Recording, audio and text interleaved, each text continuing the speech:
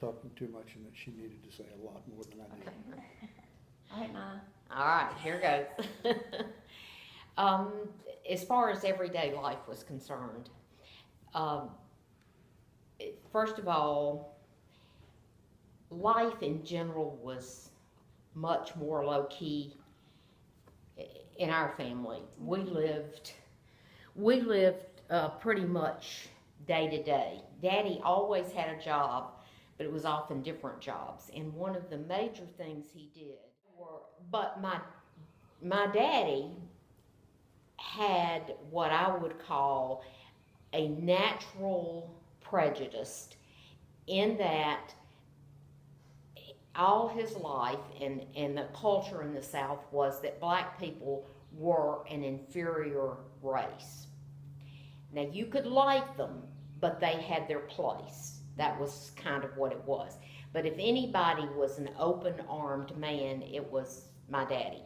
And and having spent many of days of my life, with him, calling on customers, going out, and for lunch he would stop at a little country store that was just wooden planks and buy. Used to be Tip Top was a bakery that was in Birmingham, and they used to make a little devil's food cake with white icing. Um, Kind of like a moon pie, except that it was a cake, and you would get that and a Coke, and that would be what we ate for lunch when we were doing that.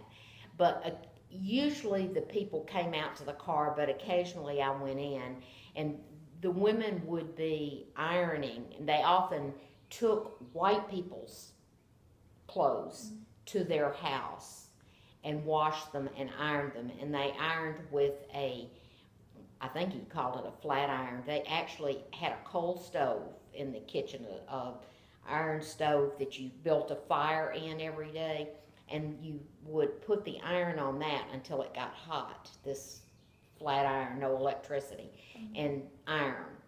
And that was, and somebody might pay $2 a week to have all their clothes ironed for a family.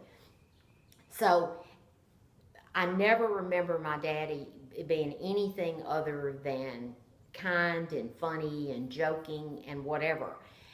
But but there was a difference. I mean, they were different. They weren't equal, and that was the culture back then.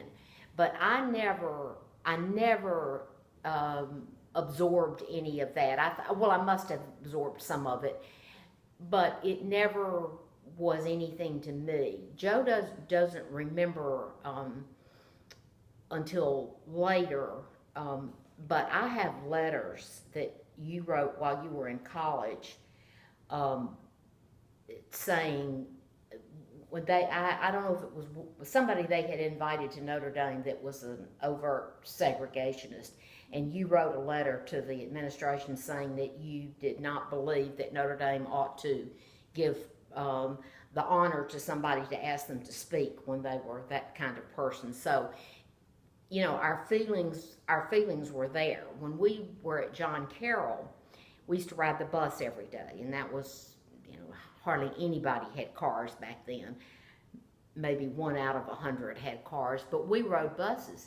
And when you got on the bus, there was a sign that said colored on both sides of the bus, and the bus driver was at liberty to it was just a little wooden sign, and it had pegs in it that fit into the like the back of the seat, and the bus driver could put it anywhere he wanted to, and no black person could sit in front of that sign. You had to sit the back of the bus, basically. That where that came from.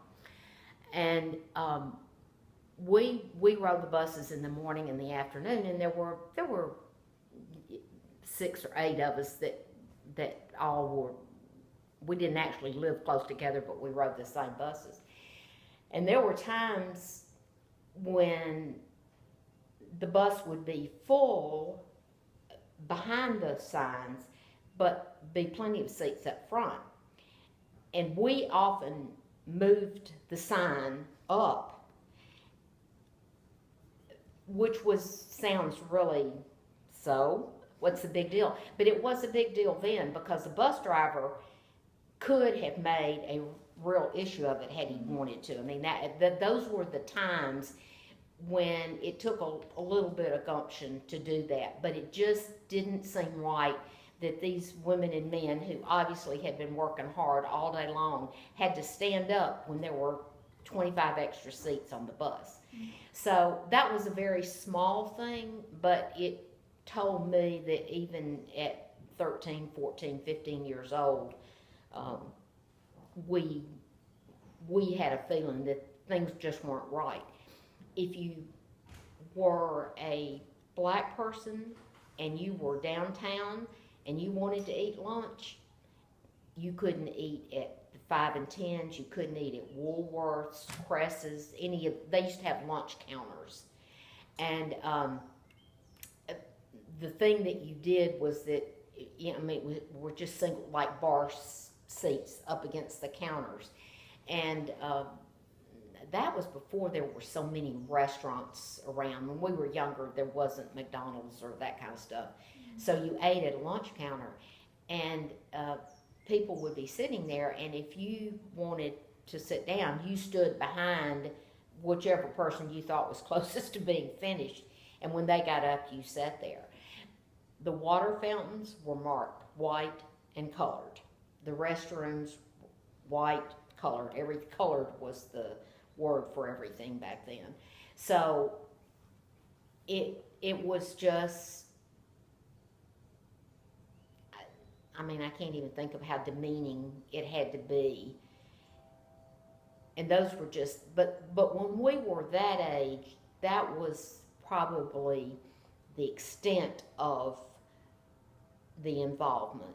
They're just, because there were no blacks in your school, none in your church, none where you worked, your relationship with them was usually as they worked for you. And our family didn't even have that, because our family was poor enough that we didn't even have help. But so all of that being said, then we got to college.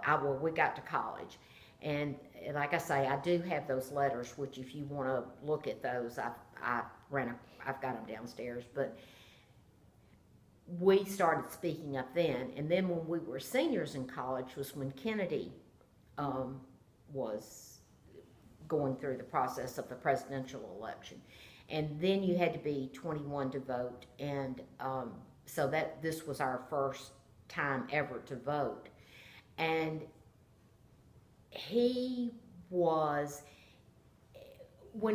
running, I may be not accurate on this, but segregation wasn't a big issue when he was running for president, but after he became president, it did become an issue. And he kind of reluctantly, we're told through history, he reluctantly took up the cause of segregation, and he also ran as a Catholic, and that was a big deal. That was a big deal. That was the big deal. First he Catholic. Could a Catholic with allegiance to the Pope be president of the United States? Yeah. And it's like things are today. There's so many levels of not understanding other people that are different, being afraid of different. And there were, kind of going back a little bit, I'd have to say that, like we said, there were really good people who were prejudiced, sincerely prejudiced, but they truly believed that black people were going to destroy the world. They were going to murder, kill. Same thing Trump is. It's a deja vu all over again with Trump. All the Mexicans are rapists and murderers and criminals, and that was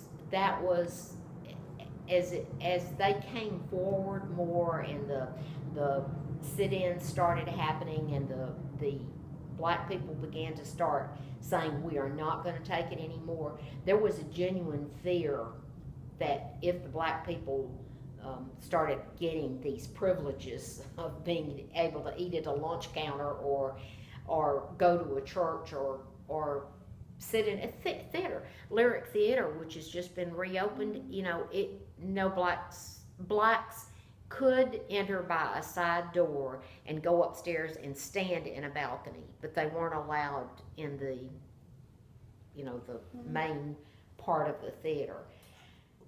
So Let me interrupt for 1 second to make one point, I think, about what, it just dawned on me, the difference between the good segregationists and the evil ones, where the good segregationists hated the notion of integration. They did not hate blacks. They didn't understand why there should be a mixture of the races, but there wasn't this intense hatred that was evidenced by many on that side of the line. That probably made the difference in my mind. and Felix and Pauline King are neighbors across the street. He taught school at one of the high schools out there. And he was, you know, he was strong Wallace supporter and didn't believe in integration, it wouldn't work. But I don't think he had any hatred in him. It was just different.